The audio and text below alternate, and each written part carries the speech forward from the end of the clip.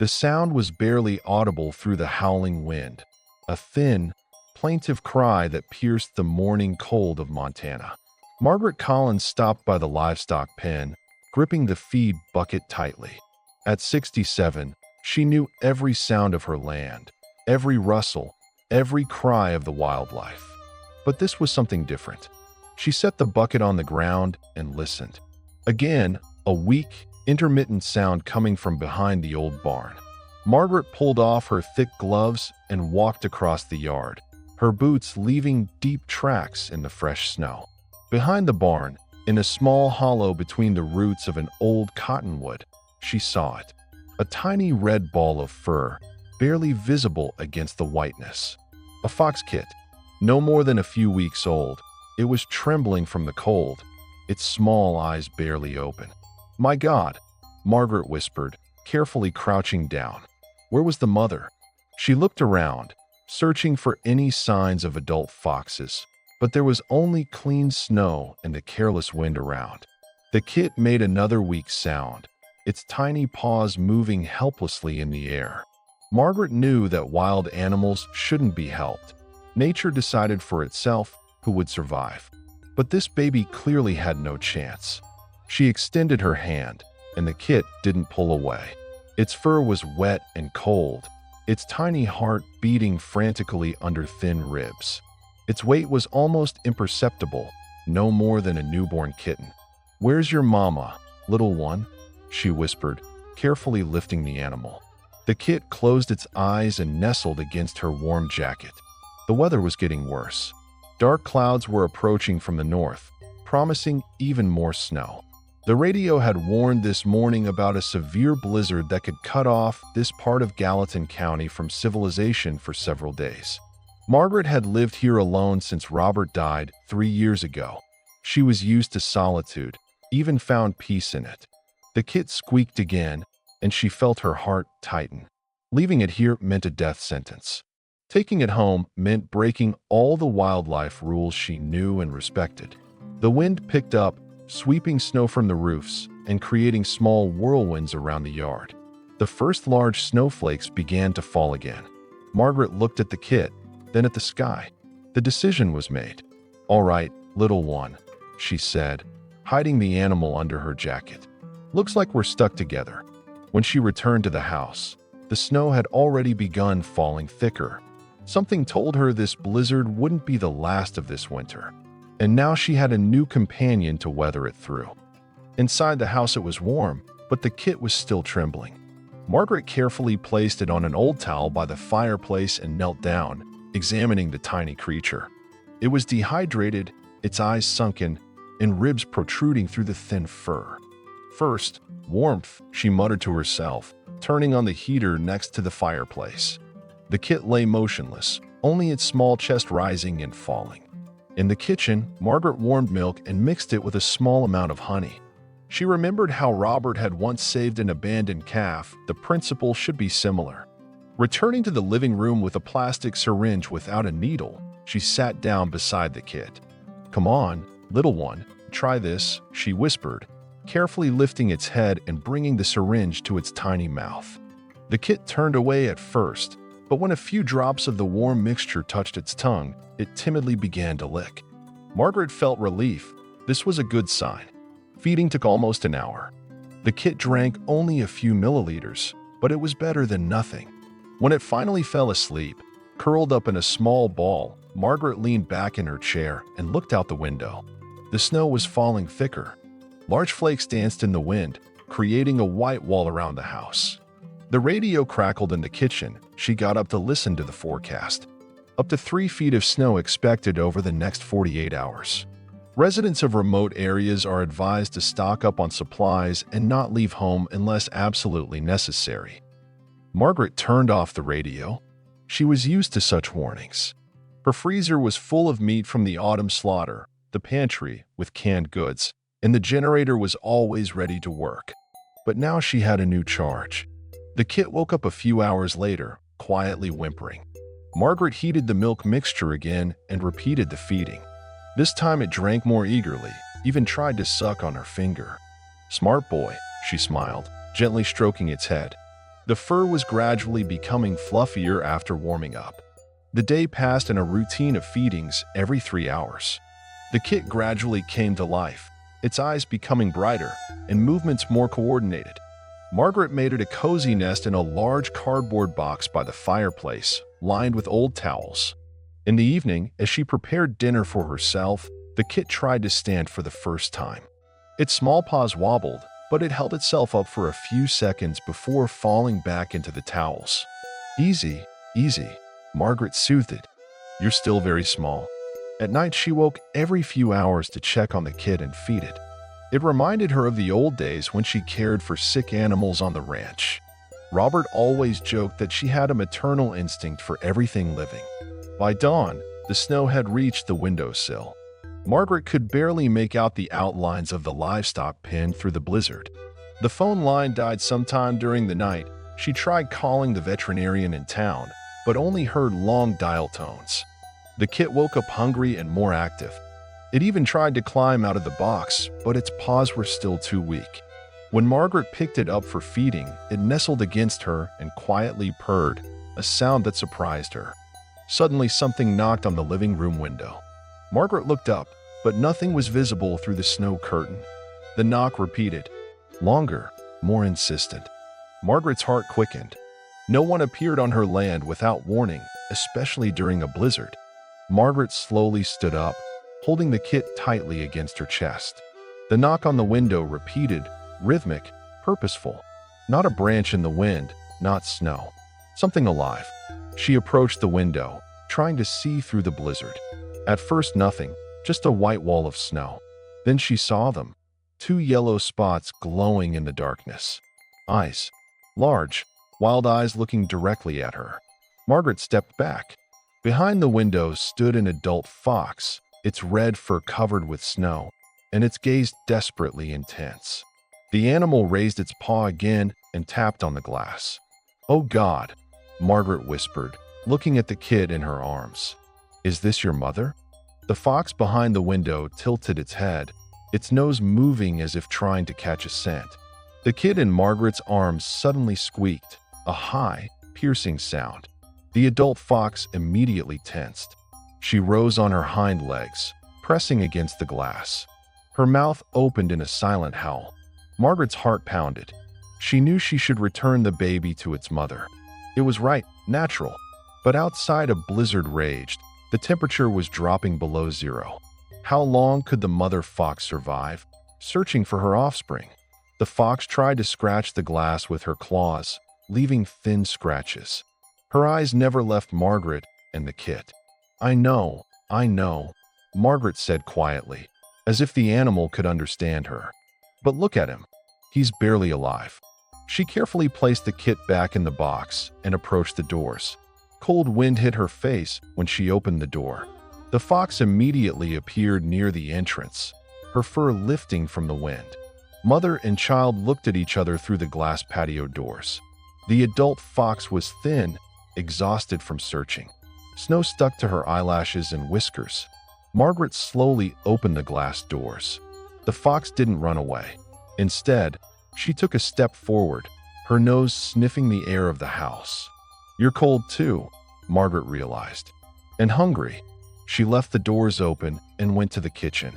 From the refrigerator, she took a piece of raw meat, leftovers from yesterday's dinner.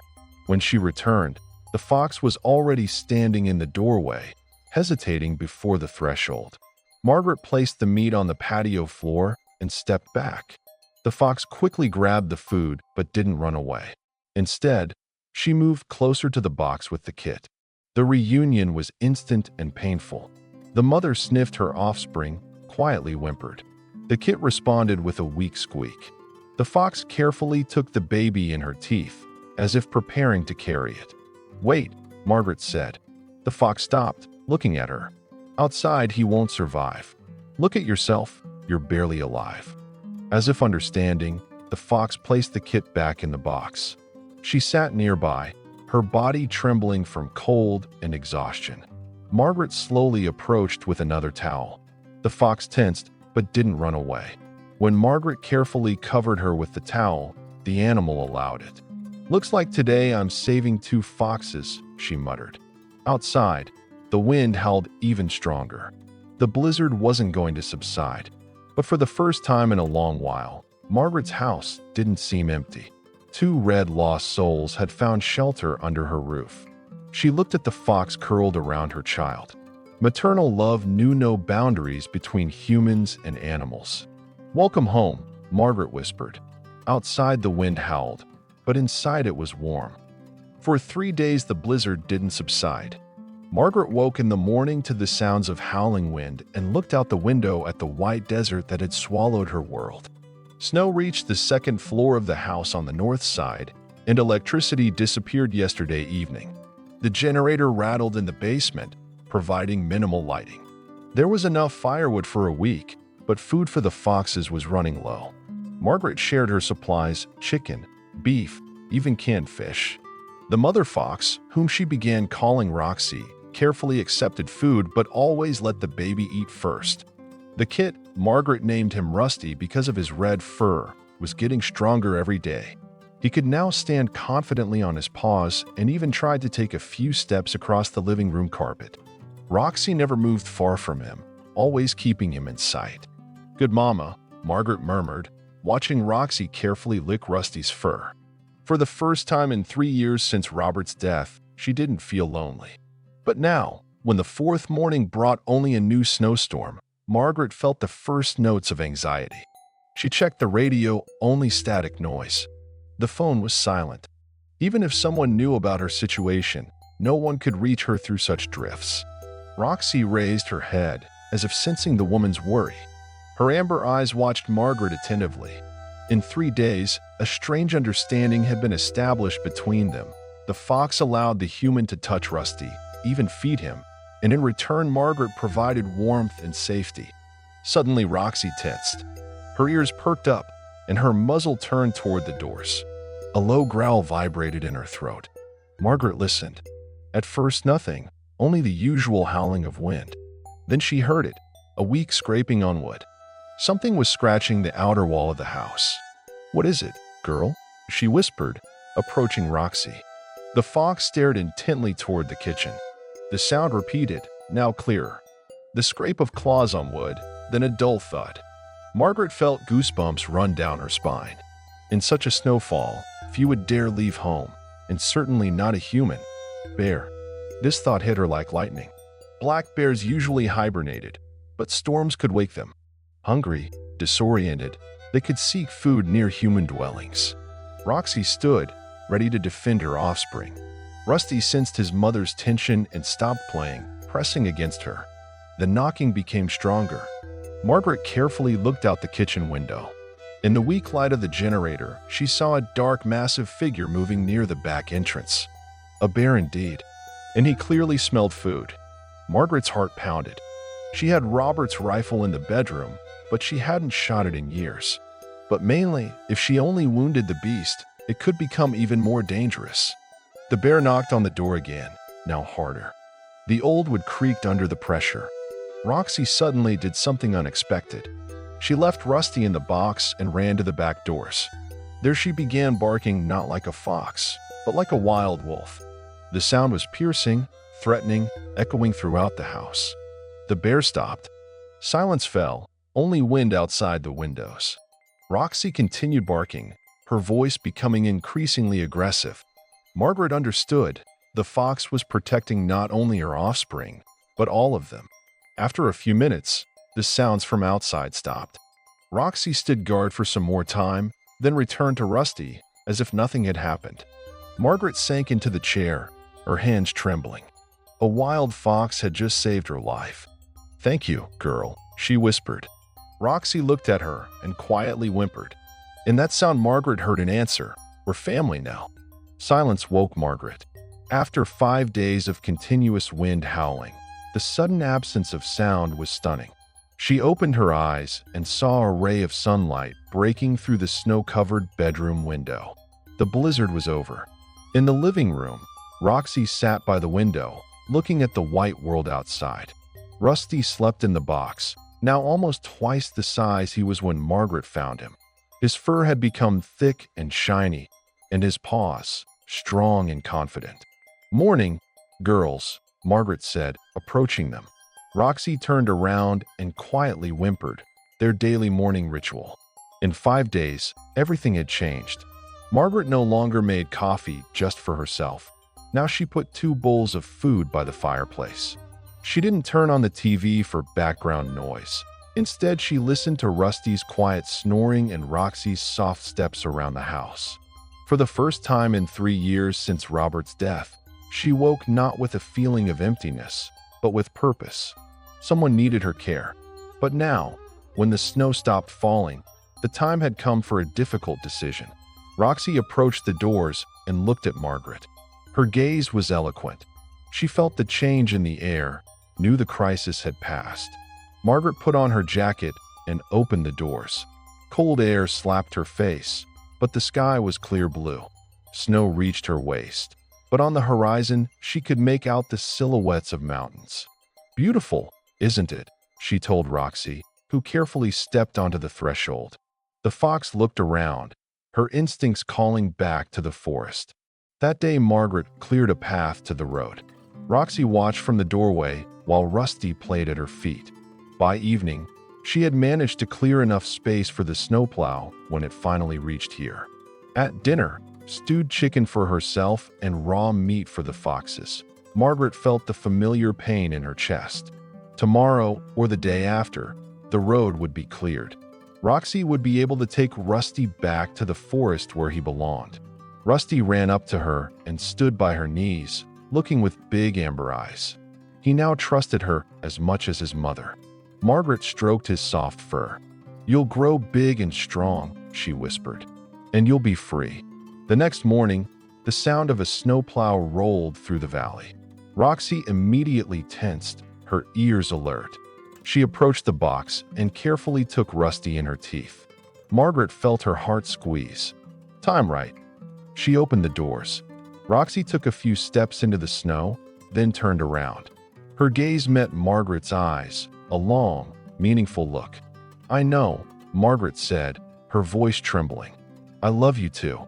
Roxy placed Rusty in the snow and approached Margaret again. She touched her hand with her nose, a gentle, brief touch.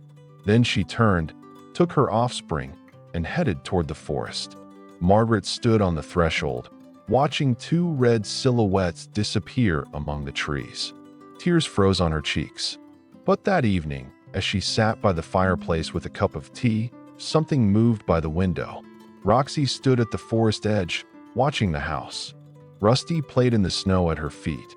Margaret smiled through tears. They were free, but they hadn't forgotten. Every evening for the next weeks, she left meat by the forest. Every morning it disappeared. And sometimes, when she sat by the window with coffee, she saw familiar red shadows among the trees. Love doesn't always mean keeping close. Sometimes it means letting go and trusting that the bond is stronger than distance. Margaret was no longer alone. She had a family, wild, free, but family. Spring was approaching, and with it, new possibilities.